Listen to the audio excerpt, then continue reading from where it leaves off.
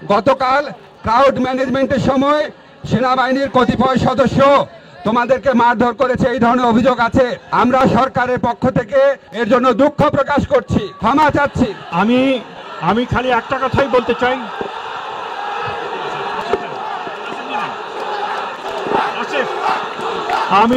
তোমরা যে 6 দফা দাবি জানিয়েছো সেটার সাথে আমরা সম্পূর্ণ একমত। এটা অত্যন্ত যৌক্তিক দাবি। তোমরা যে যৌক্তিক দাবি জানিয়েছো, প্রথম যারা প্রকৃত যারা নিহত হয়েছেন, আমাদের ছোট সন্তানরা যারা তোমার আহত হয়েছেন, তাদের সংখ্যা রেগুলার আপডেট করা হবে। তোমাদের স্কুলের মধ্যে তথ্য কেন্দ্র স্থাপন করা হবে। আজকে তথ্য কেন্দ্রে তোমাদের যে বর্তমান ছাত্র আছে, অ্যালামনাই আছে, তাদের প্রতিনিধিরা থাকবে। তারা এখানে আছে, এই দেখো তোমাদের ছাত্র ছাত্রীরা থাকবে, মন্ত্রণালয়ের লোকজন থাকবে। তারপর হচ্ছে তোমাদের যে দ্বিতীয় দাবি ছিল যে যারা আহত হয়েছে নিহত হয়েছে তাদের পরিবারকে অত্যন্ত সম্মানজনক ভাবে তারা যেই ধরনের সহায়তা চান, ক্ষতিপূরণ চান, পুনর্বাসন চান এবং তাদের ট্রমা সেন্টার সাপোর্ট চান, সবকিছুর ব্যবস্থা করা হচ্ছে। এই ঘটনার জন্য যে যদি কারো কোনো দায় দায়িত্ব থাকে, এটা বিমান বাহিনীর পক্ষ থেকে তদন্ত কমিটি গঠন করা হয়েছে। এই ত্রুটিযুক্ত প্লেন চালনা বা প্লেন চালনার ক্ষেত্রে, সিগন্যাল দেওয়ার ক্ষেত্রে কারো যদি কোনো রকম দায় দায়িত্ব থাকে, ত্রুটি থাকে, অবশ্যই তদন্ত কমিটিতে বের করা হবে এবং উপযুক্ত ব্যবস্থা নেওয়া হবে। আমরা সরকারের পক্ষ থেকে বিমান বাহিনীকে জানিয়ে দেব যে এইরকম জনবহুল এলাকায় স্কুলের উপর দিয়ে যাতে কোনোভাবেই বিমান বাহিনীর প্রশিক্ষণ বিমান যাতে এখানে তাদের প্রশিক্ষণ না নেয়, যাতে তারা এই এলাকা থেকে সরে যায়, সেটা আমরা অবশ্যই বিমান বাহিনীকে জানিয়ে দিব।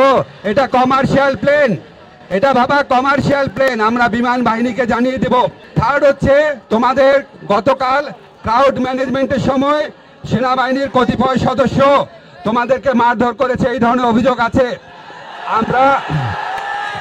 আমরা সরকারের পক্ষ থেকে এর জন্য দুঃখ প্রকাশ করছি, ক্ষমা চাচ্ছি এবং এই ব্যাপারে উপযুক্ত পদক্ষেপ নেওয়ার জন্য সেনা কর্তৃপক্ষকে আমরা জানিয়ে দিচ্ছি। আমরা আশা করি যারা শক্তি প্রয়োগ করেছে সেনাবাহিনী অবশ্যই তাদের চিহ্নিত করবে এবং তাদের ব্যাপারে উপযুক্ত পদক্ষেপ নেবে এবং তোমাদের কাছে ক্ষমা চাবে। অবশ্যই আমরা এটা আশা করি। এরপরও তোমাদের যদি আরো কোনো কিছু, আরেকটা কথা, আমাদের শিক্ষামন্ত্রী এখানে উপস্থিত আছেন, তিনি জানিয়েছেন তোমাদের যে 24 তারিখের পরীক্ষা স্থগিত করা হয়েছে। এরপর আমাদের এখানে একটা পার্মানেন্ট অভিযোগ কেন্দ্র থাকবে, তথ্য কেন্দ্র থাকবে। তোমাদের যা যা দাবি থাকবে তোমরা জানাবা। তোমাদেরকে এখন শিক্ষামন্ত্রী তোমাদের উদ্দেশ্যে বলবেন। আমি খালি একটা কথাই বলতে চাই,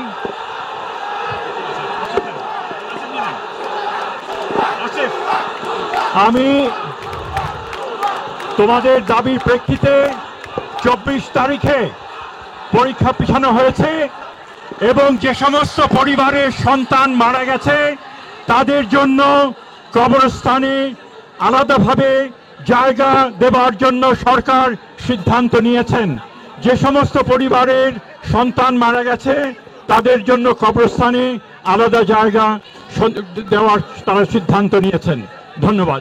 বাবা, আরেকটা কথা শোনো, তোমরা যা ইচ্ছা স্লোগান দাও, তোমাদের মনে অনেক কষ্ট, অনেক রাগ। আমাদের যদি তোমাদের মতো থাকতাম, আমাদের যদি ছোট ভাই বোনরা মারা যেত এভাবে, আমরাও ক্ষুব্ধ থাকতাম। তোমরা যা ইচ্ছা স্লোগান দাও, যা ইচ্ছা বলো, বাট একটা কথা শোনো, তোমরা তোমাদের আর যা যা যৌক্তিক দাবি আছে, তোমরা যা যা তথ্য জানাতে চাও সেটা তোমাদের প্রতিনিধির মাধ্যমে জানাবা। আর তোমাদের স্কুলে যারা আছে, তোমাদের স্কুলের বর্তমান ছাত্রদের প্রতিনিধি, অ্যালামনাইদের প্রতিনিধি নিয়ে আমরা পরবর্তী প্রতিটা পদক্ষেপ গ্রহণ করব। আমরা সবাই মিলে যারা এই মর্মান্তিক দুর্ঘটনায় প্রাণ হারিয়েছে, আহত হয়েছে, সবার জন্য আমরা দোয়া করব। ইনশাআল্লাহ আমরা চেষ্টা করব যতভাবে পারা যায় তাদের পরিবারের পাশে থাকার।